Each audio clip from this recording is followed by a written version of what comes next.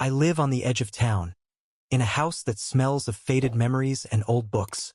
The facade is cracked, as are my hands. The roof leaks from time to time, but I don't complain anymore. I'm not afraid of the rain, nor of the cold. Only the silence scares me. Such a deaf, dense silence that not even the clock can break. His hands have long stopped like everything around me. My children live in a big city. They are successful. That's what they say when they call on holidays. The phone rarely rings. And when it rings, I sometimes deliberately don't pick up the phone. I just sit in an armchair, looking at the screen, trying to remember what day it is. Then I turn off the sound. And silence again. My grandchildren have grown cold. Maybe they just have different values. They come for 15 minutes every few months, with boredom in their eyes and phones in their hands. They are not interested in my stories. They don't know who I was. They don't want to know. To them, I'm just old. As they say to each other, thinking I can't hear. I can hear, and I can see. In the store, they serve me without looking at me, as if I were a glass figure. Every time I approach the cash register, the young saleswoman sighs, as if I've violated her personal space. Sometimes I forget where I put my wallet. There's irritation in her eyes, impatience in her voice. I try to smile, to joke, but these words fall like buttons on the floor. No one bends down to pick them up. In the hospital, it's even worse. A young intern, with eyes full of arrogance, looks at me like an outdated device. He says, "You can't help me anyway, why waste resources?" I've seen that look. I used to be like that myself. But then I fought, I built, I gave myself to work, to family, to the world. Now I just watch, and I rot from the inside. Every day is like the previous one. I wake up before dawn. I pour myself weak coffee. I open an old diary. Not for notes, for memories. There is a bookmark in it, a photo. My wife, Lori.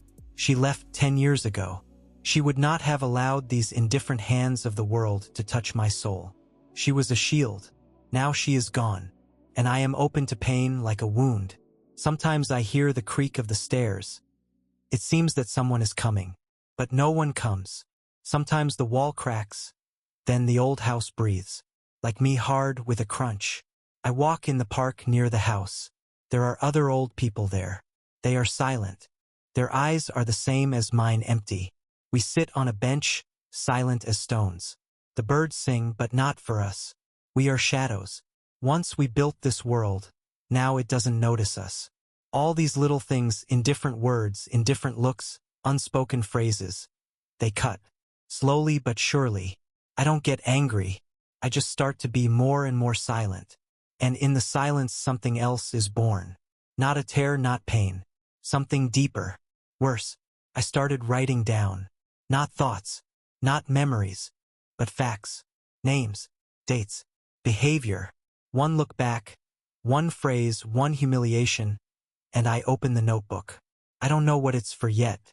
Maybe not to forget. Or maybe to remind. To them. Because if I am a shadow, then a shadow has memory. And cold. And form. Memory is like a noose. The harder you pull it, the more it strangles. And yet I pull. Over and over again. I wasn't always a grandfather in a worn coat, with hands that tremble when I hold a spoon. Once my hands built not only businesses but also the world around me. I created a company from scratch in the 80s when trust was more important than money. Back then, everything was based on my word. I put my soul into what I did, not for the money, for the sake of an inheritance. I was respected. People stood up when I entered a room. My call opened doors that others couldn't even find. I had partners, enemies, competitors, but no one indifferent. My children grew up in abundance. I took them to Paris when they were still in school. Their backpacks were from Italy, their books were from England, and the future seemed guaranteed to them. But the future is a cruel trick. It never thanks the past. I had a wife, Lori. She was quiet as the evening wind, but her words stopped my rage and fatigue. She supported me when I stood on the edge. And I stood more than once. In the 90s, I almost lost everything. The business fell apart. I spent the night in the office, drank, lied to myself that it was temporary. That was the first time I broke down. And the first time I got back up, Lori pulled me out. She said, "Brian, you can either drown or build a bridge." I built. A second time. And even stronger. I gave up alcohol, dubious friends, risks. I revived the business. But I lost something else, connection. I raised my children as soldiers are raised, tough with a plan. They lacked nothing except my time. I was always at work. And when they cried at night, it was Lori who was there. I would come late, bring gifts, money, knowledge. But not love. I didn't know how to show it. I thought that caring was financial peace. And they needed presence. Later, when they became adults, I thought that we would get closer again. But in their eyes, I was the boss, not the father. And now that they themselves have become parents, they don't even have time to call. I remember standing in my office, looking out the window, and behind me hung diplomas, certificates, photos with world leaders. I thought that it all meant something. But when Lori died, I suddenly realized that these frames were just dust collectors. She kept me alive. She didn't love me for money transfers, not for success. She loved Brian, not his shadow. Now, when I remember her, I hurt not only because of the loss. What hurts is that, after it, I became transparent even to my own family. My children are tired, constantly busy. Their wives are cold as a stone. They say contemptuously, "Dad, rest, we're all alone." But in reality, they just want me not to interfere, not to remind them of who I was, because they don't need a hero from the past. They are more comfortable with a silent old man. Now in my closet hangs the same suit in which I signed a contract for millions. The same one in which I was elected to the board of directors. I haven't worn it for years. When I wear it, I feel that it's not me. Because now I'm just Brian. An old man. A shadow. And this is the greatest injustice. Not that those whom I loved, I was forgotten. And the fact that the world no longer listens, doesn't hear, doesn't see. There is no place in it for growing old with dignity, only for waiting for death. But I am still alive. The days I used to call every day now resemble small blows to the ribs. Not fatal, but painful enough to remember. Each such blow leaves a crack in me, and I no longer ask for strength. I only count these cracks. It started with the fact that one morning I called my son. I wanted to ask for help, not financial, just to take me to the hospital. My heart was beating unevenly then, like a choking engine. I pressed the call button, listened to the short beeps. When he picked up the phone, there was something in his voice that I couldn't miss. "Dad, I'm in a hurry," sharply, abruptly. I explained that I was sick, that I wouldn't call if I didn't need to. "Call a taxi. Can't right now." And he hung up. He didn't even ask if I was okay. As if I were asking him to bring me the sea, not just to get in the car. The taxi didn't arrive then. The system couldn't find a driver. I had to walk. My heart was pounding in my chest. Every step sounded like a dull hammer blow. There was a long line at the hospital. When I finally got in, the doctor didn't even look up. "Age?" he grumbled, looking through the file without looking at me. 76. Well, what do you want at that age? Fatigue, interruptions, pressure are normal. I wanted to say that I wasn't a number. That, damn it, I had given this city enough to last 3 generations. But he was already making notes, not listening. I left the office feeling as if I had been weighed and deemed unnecessary. I sat in the hallway, looking at people. They passed by like furniture. No one looked me in the eye. No one sees old people, we're too slow for this world. A few days later, my grandson came because Mom said so. He was sitting at the table, scrolling through his phone. I put tea in front of him, tried to talk, ask how he was doing at the university. He didn't look up. "Grandpa, can you stay out of here? I'm busy." His words fell like heavy stones. No anger, no malice, just indifference, and that's the scariest thing. When he left, I went to the bedroom and sat on the edge of the bed for a long time. The tea was still standing on the table, still warm, but no one needed it anymore. Then there was the shop. I dropped some small coins on the floor, and when I bent down, my back twisted with pain. The saleswoman sighed so loudly that it seemed as if I had done it on purpose. "Maybe someone will get up sooner?" she shouted through the line. Because we'll be standing here until nightfall. People laughed. Some quietly, some openly. One man muttered, "People like that should have a housekeeper. Why do they come here?" As if I were furniture that had crawled out onto the street. I was silent. I picked up the coins. I paid. I left. But something inside shook, and I heard this sound, like the crack of a tree before it fell. At home, I opened a new notebook. Not the one with the memories. Another one with black pages. On the first one I wrote, "Don't forget." Under that, the name of the saleswoman, the time, the circumstances. Then the doctor. Then the son. Then the grandson. Each line. Like a small death that I won't let be erased. Not for revenge, not yet. For order. For a cool, precise analysis. To remember who touched my dignity with dirty hands. The more I wrote, the more clearly I felt how I had changed. I had forgiven before. I had understood. I had justified. But now there was something different about me. Cold, structured, like a forgotten part of my brain waking up from a long sleep. I felt no anger, only clarity. And I didn't know then that the moment that would break me completely lay ahead. I thought I had already experienced the worst. But the real fall was yet to come. Old age doesn't kill me. Indifference kills me.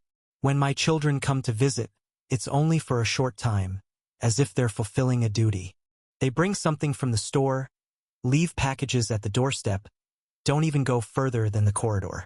They talk quickly, not listening to answers, and constantly look at their watches. Their gazes harden when I start a conversation about the past, about how I built, how I carried everything on my shoulders. They're not interested. They're not comfortable. Once I asked my son to help me with the heating. He looked at me as if I were demanding a sacrifice from my own flesh. "Dad, you've always done everything yourself. What's changed?"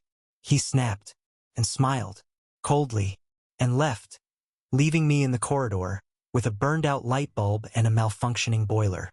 But the most painful was my grandson, Sam. He's 17. He used to love to sit on my lap, listening to me tell stories about how we survived during the crisis. And now, when I called to wish him a happy birthday, he just said, "I'm busy right now," and hung up. After that, we met by chance. In a supermarket. I went up to him with a smile, and he just walked past. Didn't even stop. Then he turned around and said, "Don't embarrass me in front of my friends." His friends laughed. One whispered something in his ear. Sam burst out laughing. And I just stood there, with a frozen soul. For the first time in my life, I felt ashamed of myself. In the hospital, where I have to go because of my blood pressure and heart, the situation is no better. The young doctors talk to me like a child.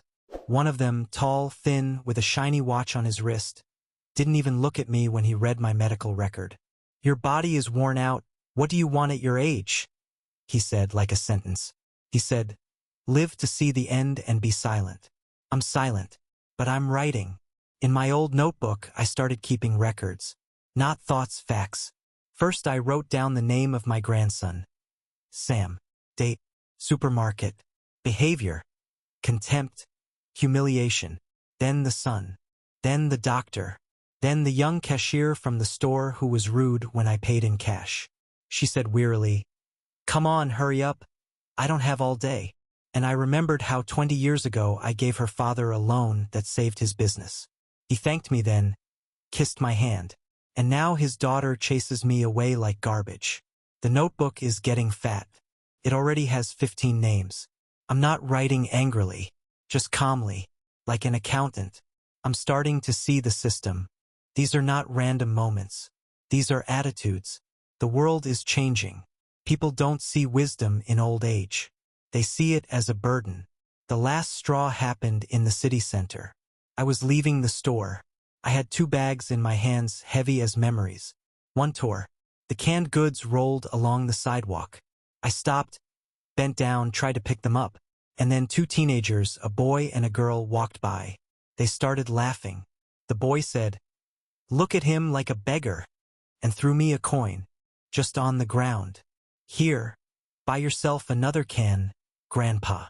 I didn't pick up the bags. I just sat down, straight onto the sidewalk. A few more people passed me. No one stopped. At that moment, something inside me broke. No, it woke up. It was as if the wall had cracked, and someone else stepped out. Not the whiny old man, not the victim, but the Brian they feared. I felt my fingers clench into a fist. But not for a punch. For action. This time I won't forget. And I won't forgive. When the packages fell and the canned goods rolled across the cobblestones, I didn't feel the air under my feet. I felt only a strange calm. People passed by outside my lot.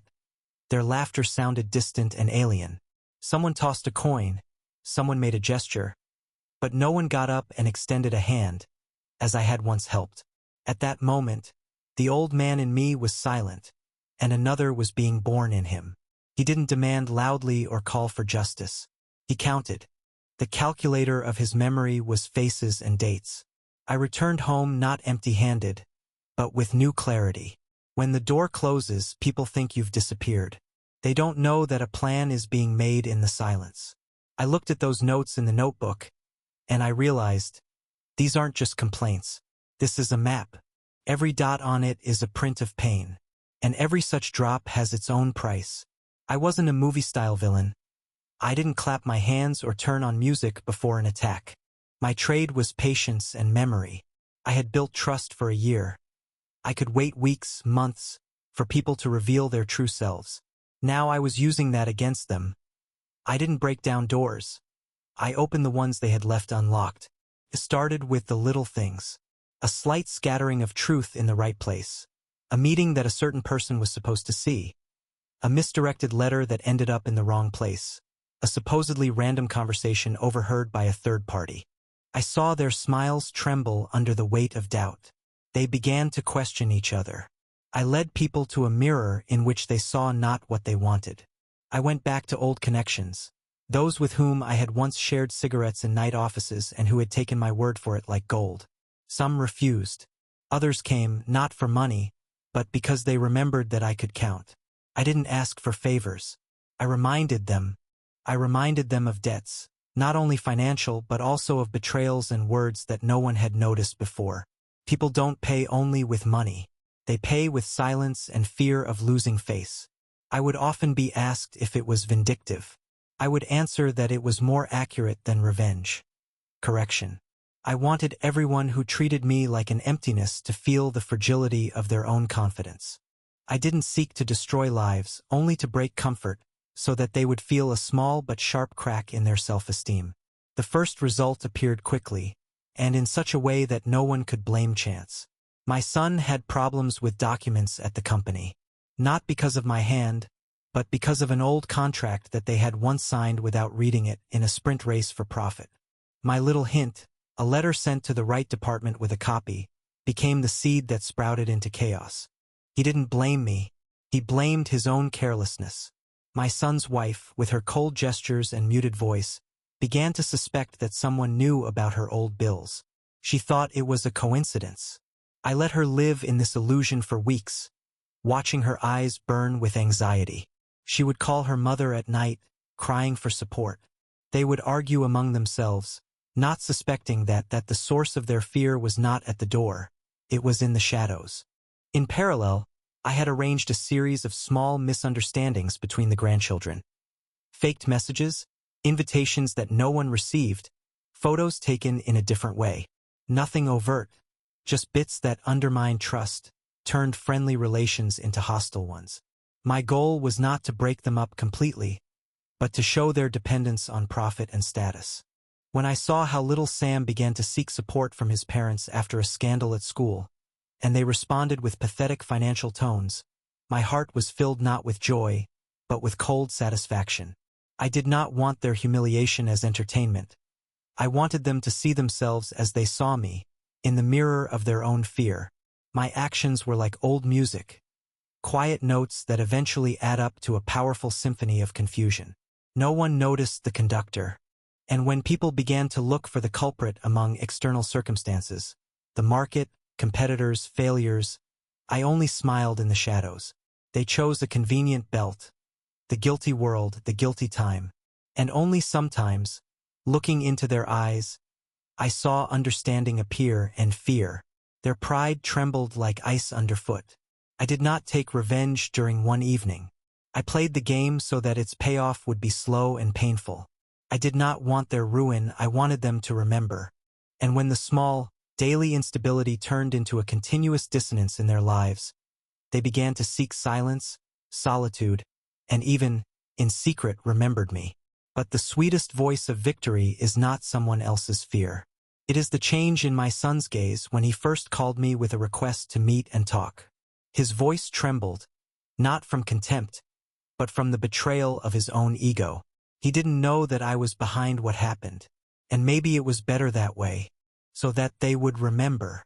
And when the small, daily instability turned into a continuous dissonance in their lives, they began to seek silence, solitude, and even, in secret, remembered me. But the sweetest voice of victory is not someone else's fear. It is the change in my son's gaze when he first called me asking to meet and talk. His voice trembled, not with contempt, but with the betrayal of his own ego. He did not know that I was behind what happened, and perhaps for the best, so that they would remember. And when the small, daily instability turned into a continuous dissonance in their lives, they began to seek silence, solitude, and even, in secret, remembered me. But the sweetest voice of victory is not someone else's fear. It is the change in my son's gaze when he first called me asking to meet and talk. His voice trembled, not with contempt, but with the betrayal of his own ego. He did not know that I was behind what happened, and perhaps for the best. When you know how to be silent, you learn to observe. My transformation from old to hidden master happened slowly, like the aging of wine.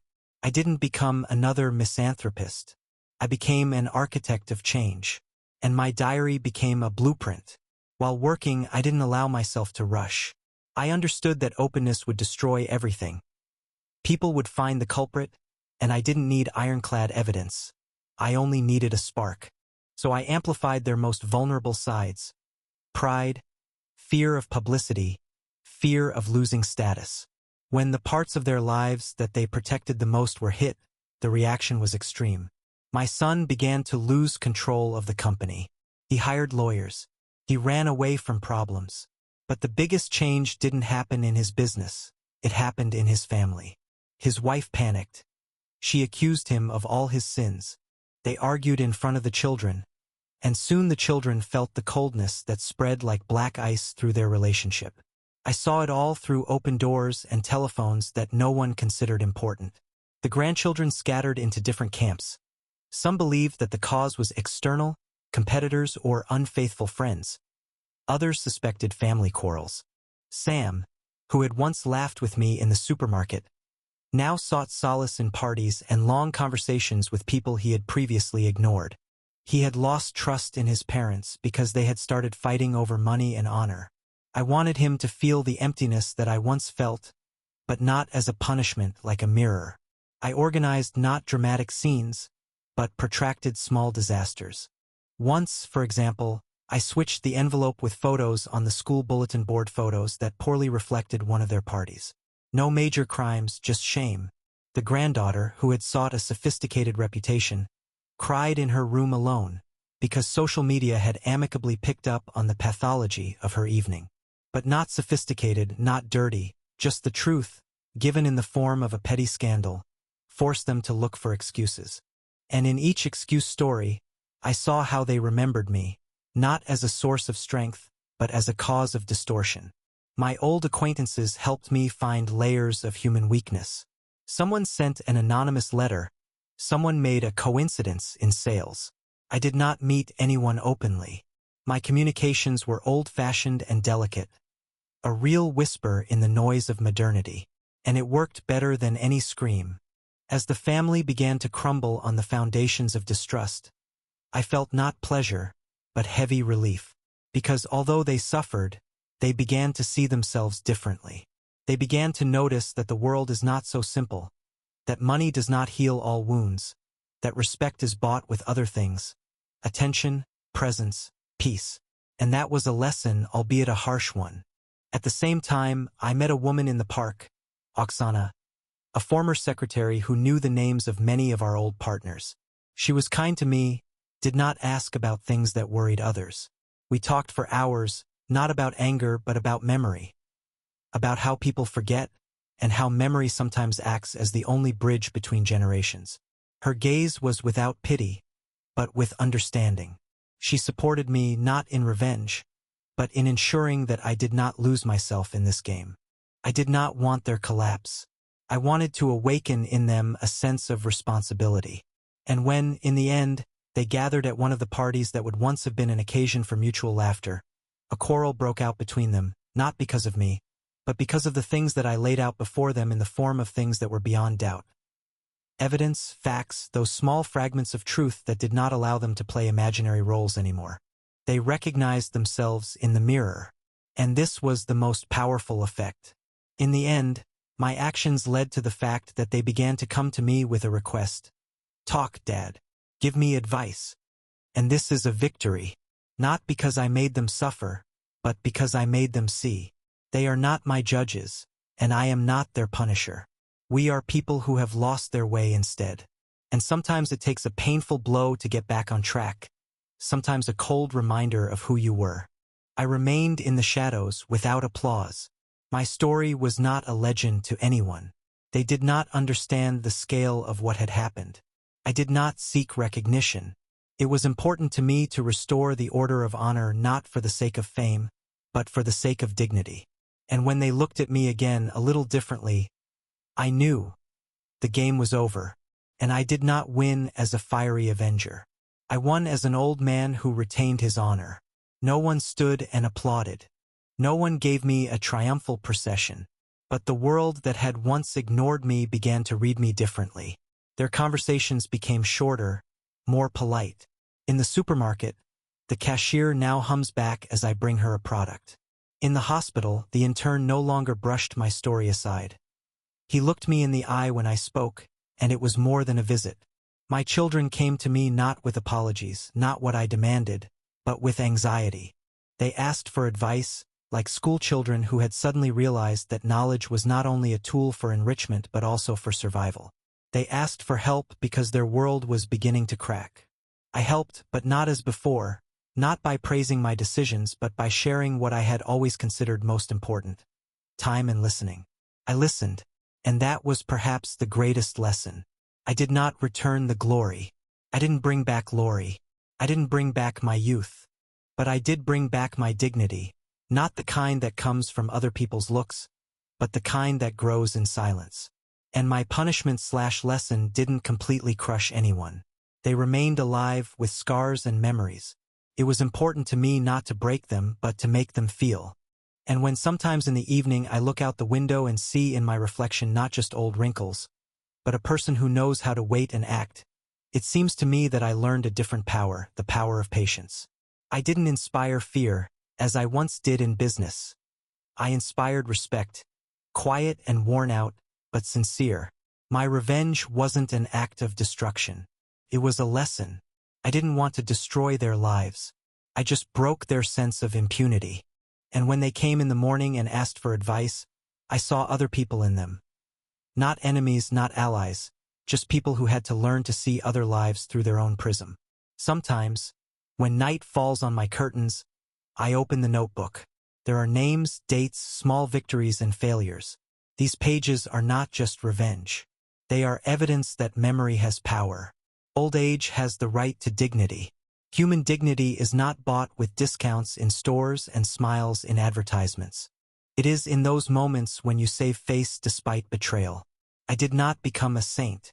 I did not become a tyrant. I became a person who, left alone with my shadow, learned to use it as a mirror.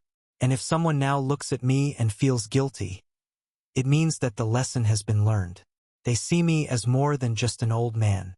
They see me, a man who was once a source of strength, who kept his word even when it became a weapon. The ambitions of the past have melted into silence. In their place is a sober and gloomy clarity. Respect is not a given. Respect must be earned, even if it is earned with silent dignity and cold justice. I have learned not to forgive as easily as before, but not to destroy either. My punishment is not the end, but the beginning of a new reality. one where old age demands to be heard. And sometimes, to be heard, you have to choose silence, wait, and make a move when everyone is tired of other people's noise. I remain the same Brian, a man with the imprint of time on his face, with a notebook heavier than gold, and with a voice that no longer trembles with request.